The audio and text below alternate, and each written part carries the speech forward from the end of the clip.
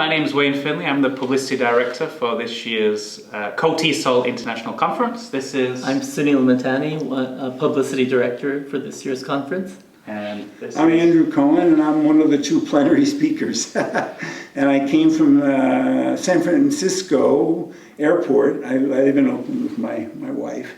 And so it was about a 14-hour flight or something. Wow. Well, maybe 13 something. Are you feeling some jet lag? But no, because I just didn't sleep the whole way. See, that's my strategy. That's a good idea. I didn't sleep, and then I went to bed, and yeah, I'm doing okay. Oh, smart. Yeah.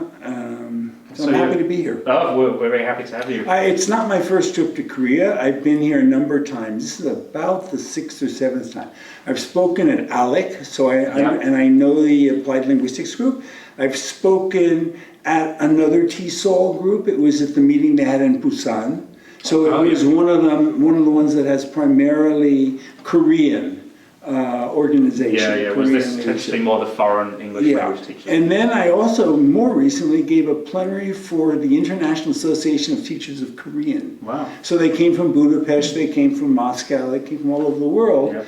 And I gave a talk on the teaching and learning of pragmatics, which is one of the things I'm really interested in. I'm going to do a workshop on that this afternoon. Yep.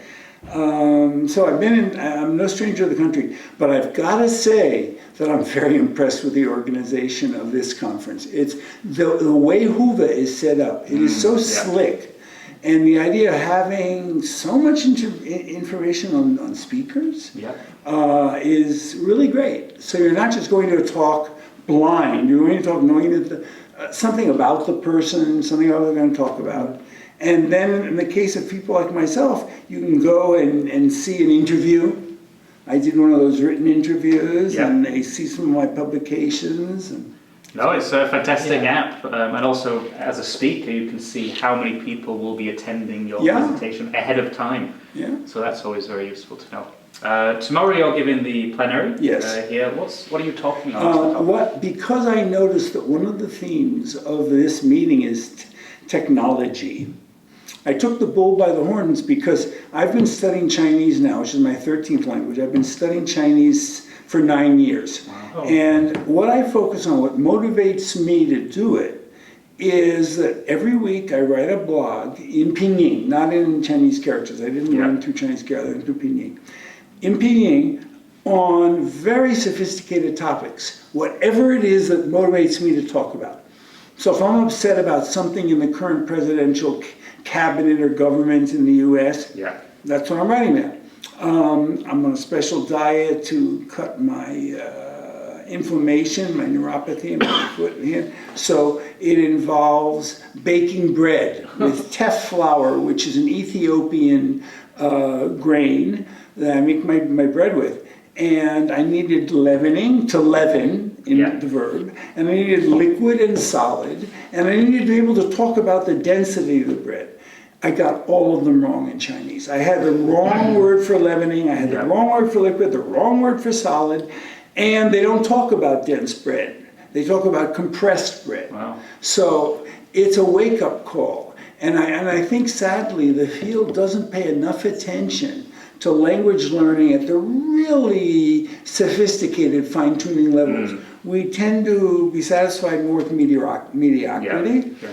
And the strategy literature tends to be in generalities and fuzzy definitions like, oh yeah, of course I use a strategy, I use a dictionary. My talk will enlighten the listeners tomorrow morning in that I point out that I had 8 ways of getting at dictionary resources. And yet, still, I ended up 57% accurate. I was able 57% of the time to fine-tune. 43% of the time I failed. With all these best efforts, I still did not come correctly to an understanding of what the word meant. And I think we're faced with that. So what's the bottom line on that? We need to do a better job of coaching our learners in using these resources. We can't make any assumptions about how technologically savvy they are. Just because they're good language learners, that doesn't make them technologically fit. I mean, you've seen it at home, there are people who can't do a remote, or they get confused. Wait a minute, which remote is this? Is this for the... All the different buttons. You know, so anyway, that's my talk tomorrow. It's an unorthodox plenary. A much more orthodox plenary is the sort of thing I did in Padua a year ago, July, which is assessment of oral pragmatics, where I scoured the field and it's very general and comprehensive. This isn't comprehensive at all. It's looking at me as a case study, but the implications are meant to be for learners in general. I think sometimes we need to take a very close-up lens. That we're just too much in generality, particularly our quantitative studies that churn out enough data so people get their PhDs, which says metacognitive strategies, this percent are cognitive and this percent are social, and it's meaningless. Absolutely meaningless. So my colleague Isabel Wang and I have published research in system with 6 learners of Chinese, where we saw that, no, that's fuzzy. The reality is strategies have these 4 functions, metacognitive, cognitive, social, and affective. And the very same strategy, like looking for the clues to meaning in the context, can be 1 split second meta, when I'm saying, wait a minute, I gotta plan this. The next, it moves over to cognitive when I'm actually looking at the data and trying to understand, well, did that work? And then social, if I ask you, because you're a native speaker of Chinese, let's say, and then affective when I have that moment of frustration, emotional moment when I said, this is impossible. And then hopefully that will trigger another function. But this is, I've been writing about this since the 1990s, but the field has not picked up on it. And instead you have study after study talking about metacognitive strategies. And it's so much so it gets a life of its own, but it doesn't necessarily mean very much.